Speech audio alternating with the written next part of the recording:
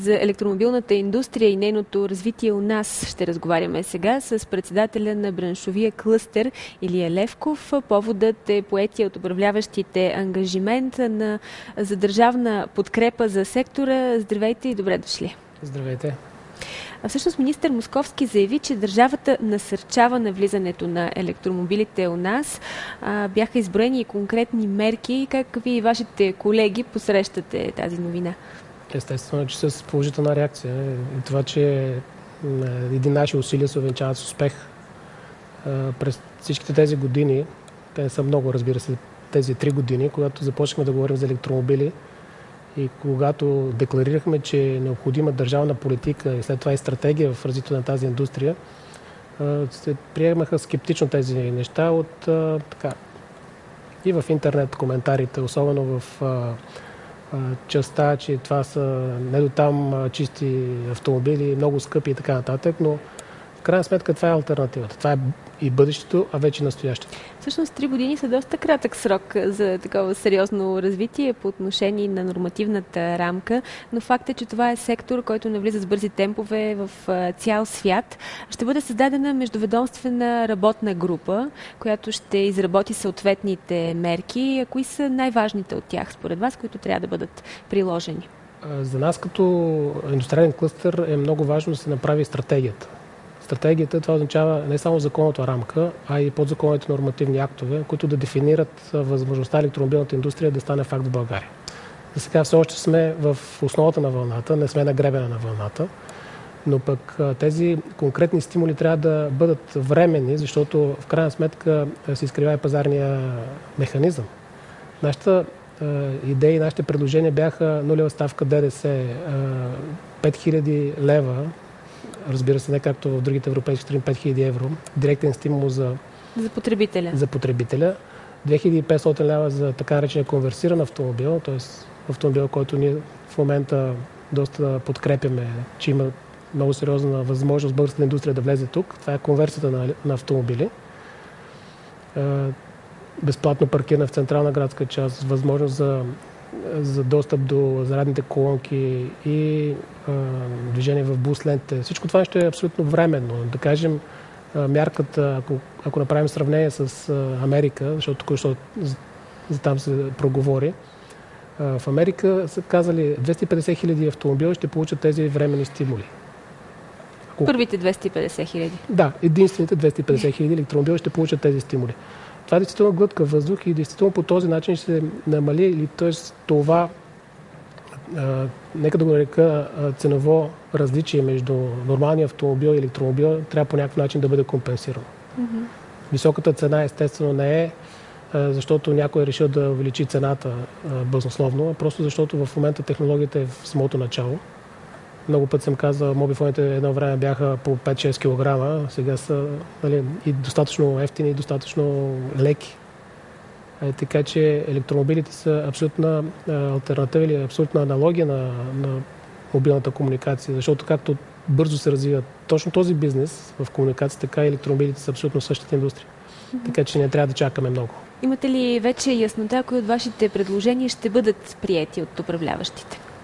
Аз мога да кажа нещо, което малко хора знаят. Преди повече от 7 месеца се учреди действително една междуведомствена работна група, като двамата министри на околната среда и на икономиката и енергетиката. Така междуведомствена група сформирана беше. Тя беше натоварена с задачата да направи точно този екшен план, в който електромобилността в България да стане факт. И така със сигурност мога да кажа, че този доклад, който доста експерти, включително и ние като клъстер участвахме в тази междуведомствена работна група, направи доста сериозни заявки за такъв вид стимули. Те бяха повече от 18, нека да ги нарека. Всеки един от тях е със съответната времева мярка, със съответния ресурс, така че да не се нарушава държавния бюджет. И мисля, че много скоро ще го видим на бял свят. Предполагам, че вече е готов и на подпис Министерски съвет. Така че стратегията ще бъде действително подплатена и с една предварителна подготовка и една предварителна работа. И за нас това е много важно. Защото по този начин, на експертен принцип, тези неща трябва да се случат в България. Това е много важно, че вече има подготвен подобен документ, подобно проучване и вероятно някои от следващите заседания на кабинета ще бъде гласувано. За какъв срок обаче може да бъде изготвена стратегията и какво трябва да съдържа тя като акценти? Ние изпратихме едно официално писмо до водещите министерства, до президента на Република България, до министър-председателя, с цел действително тази междуведомствена група да стане един постоянно действащ орган, който да започне в най-кратки срокове работа по тази стратегия. И стратегията е до не 2020, както в момента е много модерно да се казва, а до 2025 година. Защо до 25? Защото до 2020 година нещата са ясни. Тоест, вече не мога да говорим за стратегия, това вече е тактика. Тоест, вече предишни стратегии изпълняваме. Но до 2025 година всички европейски страни вече правят своите широки крачки, не първи, а широки крачки на тема електромобилност. Затова се вижда и се обезпечават тези процеси с цел да се подсигури бързата зарядна инфраструктура, търси се вариант за различни енергийни източници, търси се вариант за този синхрон или този, нека да го нарека, тази симбиоза между производството на електроенергия от ВЕИ и ползването им през електромобилите. Така че всички скептици на тема въглеродни емисии, мръсна енергия. Да, защото критиката е, че самото електричество, което се използва в електромобилите, е добито по един вредящ на околната среда начин. Винаги ще има такива неща, но в крайна сметка мога да кажа две неща. Значи, първото е КПД-то на електромобила е 95-98%. Второто е електричество. Действително, ако не е направено по пушеща технология, чрез въглища и, да кажем, природен газ, включително и нефт, ако това нещо от ВЕИ, какво замърсява електромобила? Да, действително при производството са отделяни въглеродни емисии. Да, но и ние, когато дишаме, също отделяме въглероден двуокис. Трябва и по някакъв начин и ние да бъдем оценявани по този начин. Тоест трябва да бъдем малко толерантни, защото още нещата не са се случили реално. Ние започваме да казваме, вижте, това не е чак толкова много хубаво. И това като че ли си една характерна черта на нас, българите, над която трябва да работим определено, за да отстраним. Но нека да кажем повече сега за инфраструктурата. Всъщност, вие споменахте някои от мерките за облегчение по отношение на цената, защото това са като че ли главните проблеми.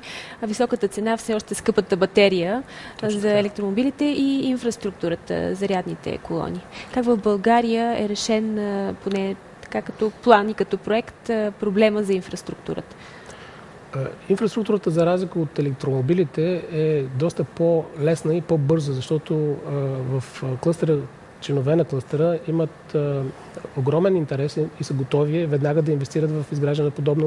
В София имаше вече стартирал такъв пилотен проект. Да, 7. Очакваме в най-скоро време още 2. Колкото и малко да бъдат, това са все пак белите лястовици на първата инфраструктура. Но мога да ви кажа, че оня ден се върнах от град Добрич, там ще има следваща една. Предполагам, че Бургас и Варна също се готвят наши партньори да поставят подобен вид зарядни станции. Така че в инфраструктурата действително има много по-бърз и как да го нарека, по-реално дефиниран инвестиционен интерес, за разлика от електромобилите, защото те трябва да върват успоредно. Защото ако накичим цялата страна с зарядни колонки, няма кой да зарежда. И в същото време нямаме електромобили, които да заредят, за да стане бизнес модела икономически изгоден. На самите бензиностанции дали могат да бъдат инсталирани колони? Това ме подсещат колегите в момента. Естествено, това е логичното място. Защото нали си спомняте, че преди години, когато имаше само един вид горива, и бензиностанциите бяха много неприятно място за спиране, т.е. задължително място за да напълним резервоара. Сега големите вериги бензиностанции, когато влезете и да заредите в рамките на 10-15 минути, вие може да пиете кафе. Те проявяват ли интерес големите вериги именно към това? Естествено, наш член на клъстера е заявил отдавна това свое желание и очаква всеки един момент законодателството в тази посока да се промени, защото зарядната инфраструктура тя също трябва да бъде дефинирана. Интерес от страна на инвеститорите, по-скоро трябва законовата, нормативната рамка да бъде вече изгладена. Точно така. Ние затова като клъстер сме си дали задача да създадем условията, да създадем правилата, да създадем стандартите и да подготвим кадрите за този процес. Така че, за да може и инвеститорите, и потребителите да мерят своето място. Колко са всъщност електромобилите в България до този момент, по ваша информация? Със всеки изминал ден те се увеличават. Мога да кажа, че дори клъстера имаме един електрически мотопед, такъв електрически скутер, който много скоро ще започнем да се движим с него. Нека да се оправи времето, разбира се. Но по последни данни мога да кажа, че вече се наброят над 1120. Електромобилите? Това са електрически превозни средства. И нещо, което е много важно, това е, че ние включваме тук електрически велосипеди, разбира се.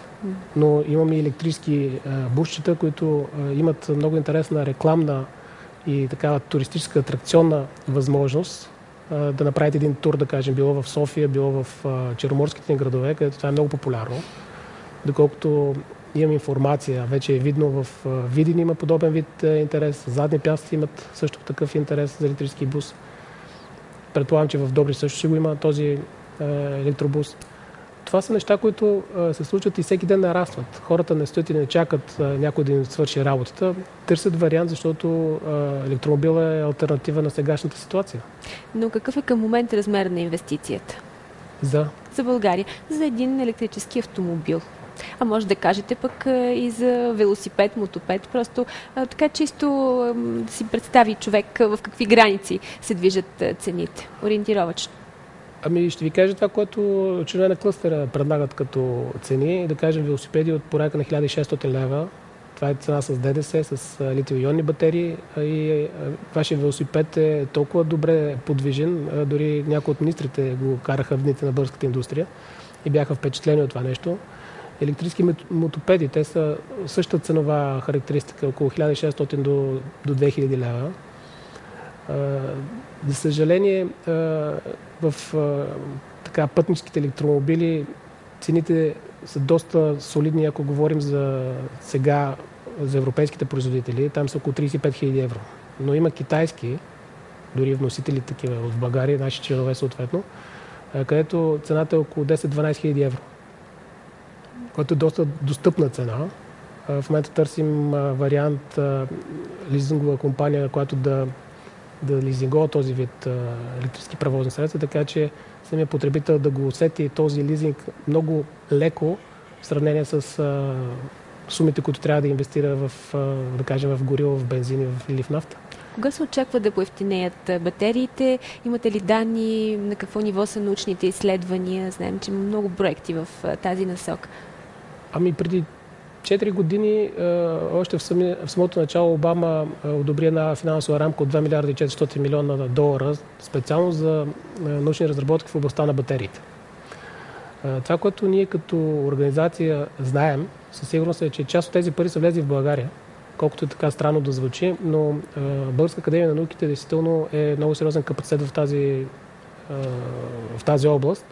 Независимо от това, че имат разработки на тема уловни батерии. Доколкото знае, българин е председател на много голяма международна асоциация или институт за разработка именно на подобни проекти. Няма да спестя името на академик Дечко Павлов, който е един от тримата в света корифей на тема батерии и какъвто и симпозиум или форум да се случи на тази тема, той е един от поканите, един от факторите, които определят политиката там и научните изследвания съответно.